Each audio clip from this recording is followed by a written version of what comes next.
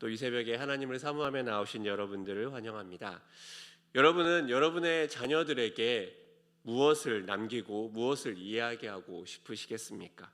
여러분의 자녀들에게 평생을 마음에 두고 살아갈 신앙적인 이야기나 혹은 인생의 교훈을 말한다면 여러분들은 어떤 것을 이야기하겠습니까? 그래야 해서 자녀들의 삶 속에서 하나님을 향해 더욱더 붙들 수 있도록 말하거나 혹은 여러분들이 인생에 가진 지혜들을 하나 이야기한다면 무엇을 얘기하겠습니까? 제가 아는 목사님은 자신의 자식들에게 창세기부터 요한계시록까지 성경 말씀을 모두 묵상한 것을 꼭 물려줘서 자식이 하나님 앞에 바르게 살기를 원한다는 말을 한 것이 기억납니다. 세상은 어떨까요? 가수 양희은 씨가 부른 엄마가 딸에게라는 노래가 있습니다. 자신도 모르게 자라서 이미 어른이 되고 그 어른이 되어서 또 다른 자녀를 낳는 딸에게 하고 싶은 말들을 노래로 합니다. 뮤직비디오를 보면 아이가 자라는 모습들 속에 그 아이의 모습을 뒤에서 응원하는 어머니의 모습이 나옵니다. 그 가사 중에 이런 게 있습니다. 난 삶에 대해 아직도 잘 모르기에 너에게 해줄 말이 없지만 내가 좀 더 행복해지기를 원하는 마음에 내 가슴 속을 뒤져 할 말을 찾지.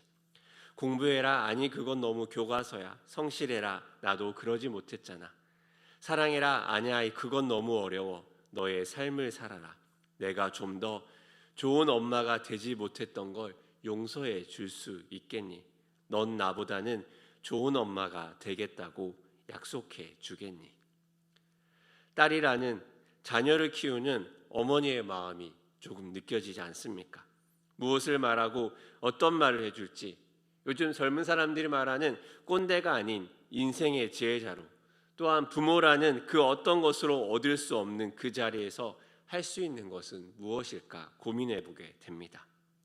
어머니가 딸에게 하는 말이 이렇다면 아버지가 아들에게 해주는 말은 예전부터 내려온 말들이 있습니다. 영웅호걸이라는 말을 아실 것입니다.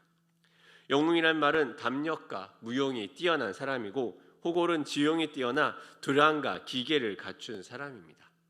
그래서 대하소설이나 영웅에 관한 이야기, 삼국지나 수호지 등을 보면 이러한 영웅이 나옵니다. 그는 머리는 총명하고 성격은 시원시원하고 강직하고 태연하게 황제 앞에서도 굴하지 않는 모습을 보이기도 하며 또 때로는 풍류를 즐기기도 합니다. 이렇게 전쟁도 전투도 또한 노는 것에 있어서도 시원시원한 것을 남자됨의 좋은 모습이라고 이야기하기도 했습니다. 그래서 옛말의 영웅은 주색을 좋아한다 이런 말도 있지 않습니까? 이런 이유였을까요? 한국에 선교사들이 처음 들어와서 가장 많이 충격을 받았던 모습이 한국인들의 이런 모습이었다고 합니다. 한국인들이 술과 담배, 첩을 두는 축첩으로 인해서 경제적 궁핍과 영적인 빈곤에 이르렀다고 진단하기도 했습니다. 그래서 기독교인들을 중심으로 절제운동이 일어나기도 했고 1907년 평양 대부운동을 계기로 죄라고 인식하지 않던 술과 담배, 도박, 추첩 등을 죄로 여기며 자제하기 시작하였습니다. 무엇인가 시대적으로 생각하며 또한 이상적으로 여기던 것들이 한 사회의 집단 무의식과 생각들을 만들어가게 됩니다. 이것을 융의 집단 무의식이라고 표현합니다. 나라마다, 민족마다, 문화마다 저마다 다른 그 무의식을 가지고 있습니다. 오늘의 잠언은 표제어가 있습니다. 그 표제어는 무엇이냐면 르무엘 왕을 위한 어머니의 교훈입니다. 어머니가 아들에게 주는 교훈입니다. 일반적으로 고대 사회에서 아버지가 아들에게 주는 교훈은 많이 있습니다. 하지만 어머니가 주는 교훈은 조금은 생소할 수 있습니다. 당시의 여성의 사회적 지위를 생각하면 그렇습니다. 그리고 이 교훈을 듣는 사람의 지위는 무엇입니까? 바로 왕입니다. 왕이 어머니의 교훈을 받는 것, 뭔가 어색하기도 합니다. 르무엘의 어머니는 아들에게 무엇을 이야기하고 싶을까요? 구약의 왕들을 살펴보면 구약의 왕들 이름 중에 르무엘이라는 이름을 가진 왕은 없습니다. 그래서 이 르무엘이 누구인가에 대한 학자들의 다양한 생각과 추측들이 있습니다. 한 번쯤은 들어봤을 것 같은 추측으로 솔로몬이 이 르무엘이라는 이야기도 들어보셨을 것입니다. 1절에서 그를 훈계한 잠언이라 라는 말에서 이 잠언으로 번역된 원어가 마사라는 단어로 연설, 신탁을 의미하기도 합니다. 그래서 어떤 학자는 이 용어 자체가 아라비아 지역의 부족 이름으로라고 생각하기도 합니다. 그래서 주전 8세기에 마사이아라는 부족이 아시리아 자료에 등장하는데 이스라엘 동쪽 어딘가에 위치한 아라비아 족속의 한 왕이 아닐까 하는 추측도 존재합니다. 그런데 르무엘, 이 이름 자체의 뜻이 무엇이냐면 하나님께 속함이라는 뜻을 가지고 있습니다. 그렇다면 아마 다른 부족에 있던 왕이 하나님의 경험하고 하나님에게 와서 이 교훈을 기록하였든지 혹은 솔로몬이 기록하였든지 그 마음 안에는 하나님 앞에 속하고 싶었던 그 한 왕의 모습이 있지 않을까 추측하게 됩니다. 그렇다면 왕의 어머니는 왕에게 무엇을 이야기하고 싶을까요? 오늘 본문에서 르무엘의 어머니는 금해야 할 두 가지 그리고 기억해야 될 두 가지를 이야기하고 있습니다. 먼저 처음 금해야 될 두 가지 중 첫 번째는 여자입니다. 3절의 말씀입니다. 내 힘을 여자들에게 쓰지 말며 왕들을 멸망시킨 일을 행하지 말지어다. 음란에 대한 부분들은 잠언에서 계속 이야기되었던 부분입니다. 그리고 이 주제는 모든 남자들의 고민이자 문제이기도 합니다. 그래서 누군가가 이 음란의 죄에 대하여 싸우며 노인에게 지혜를 구하며 묻습니다. 어르신, 이 음란의 죄와 언제까지 싸워야 합니까? 그러자 그 노인이 이렇게 이야기합니다. 나는 아직도 싸우고 있다네. 모든 남자의 참을 수 없는 유혹이라는 책이 있습니다. 이 책의 원 제목은 Every Man's Battle입니다. 즉 모든 남자의 싸움이라는 뜻입니다.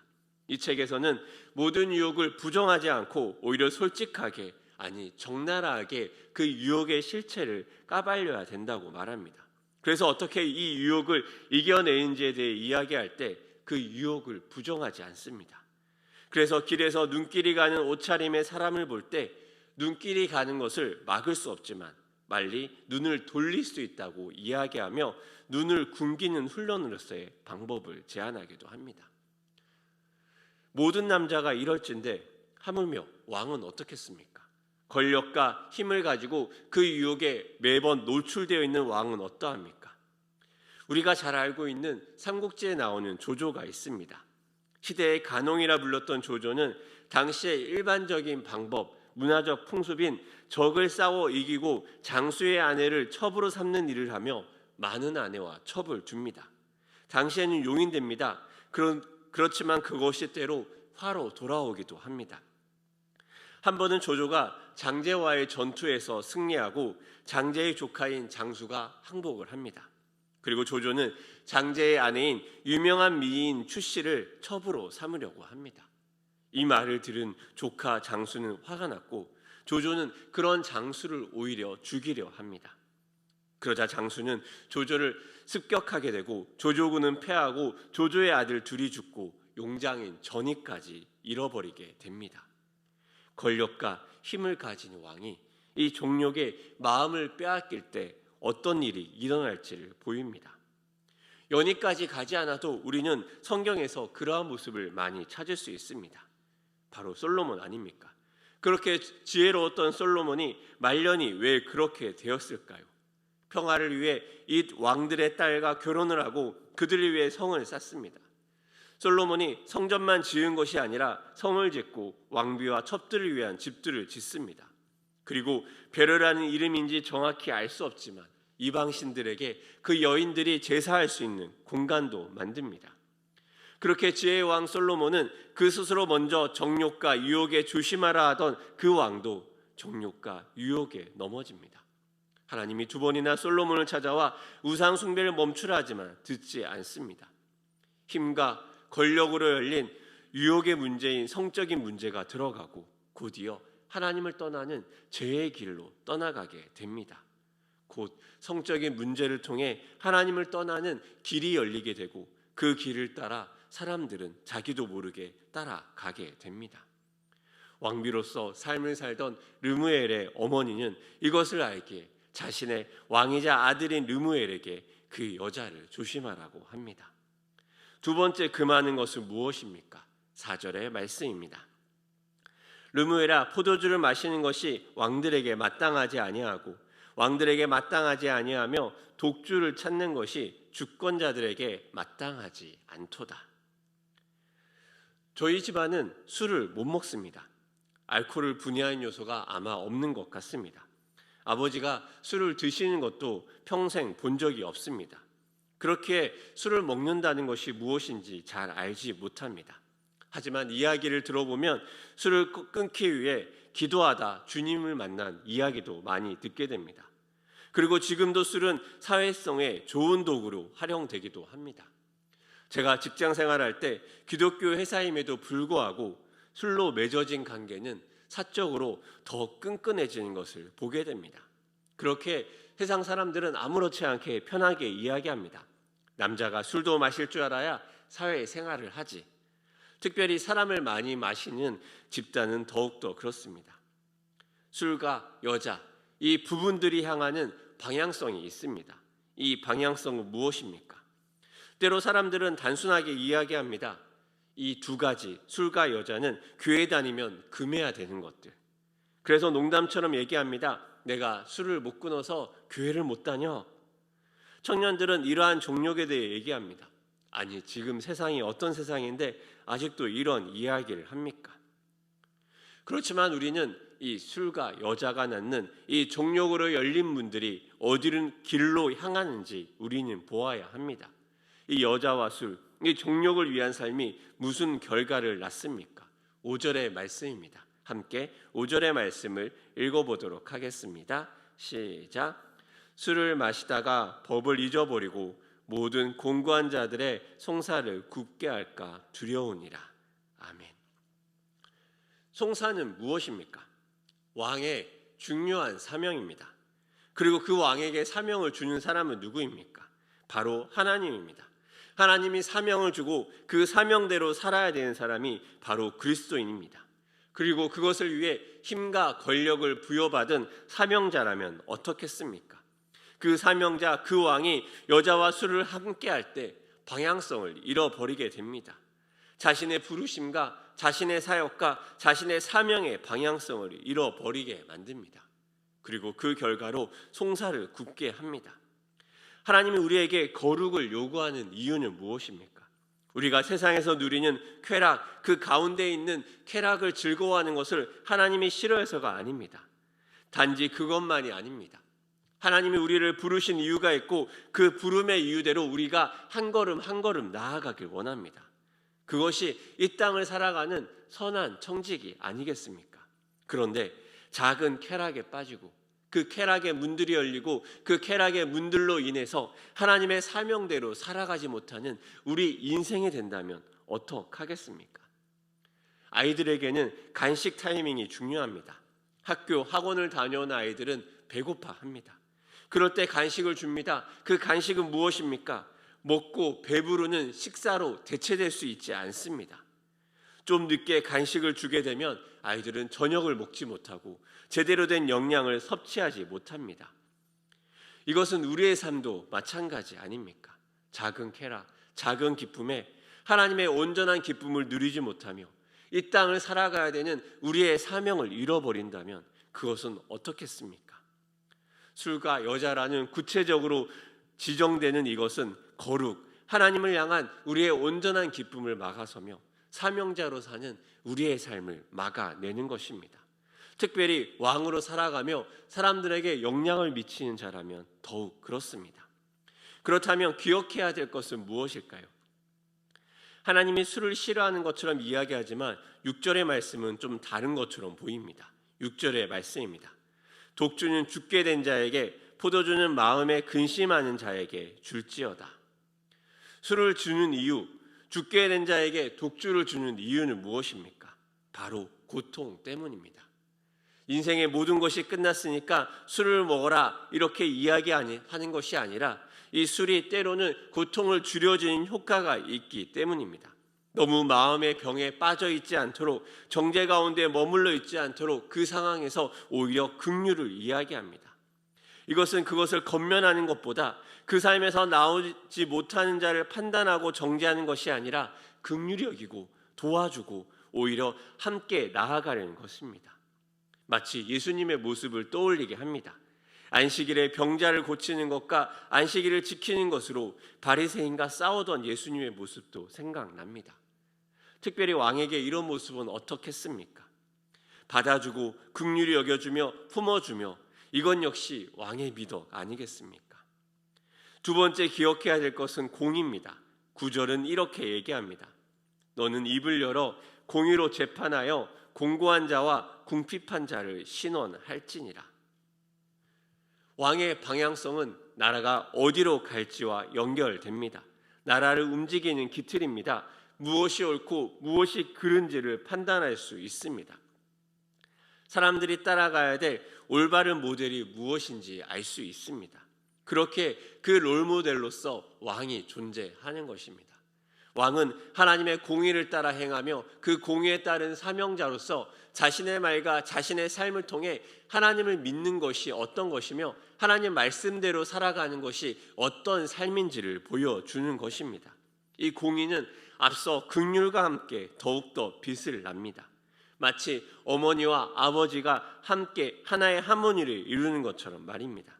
그래서 누가복음 15장에 돌아온 탕자의 모습을 그린 렘브란트의 그림을 보면 탕자를 안는 아버지의 두 가지 손이 있습니다. 그 손에서 미술학자들은 얘기합니다.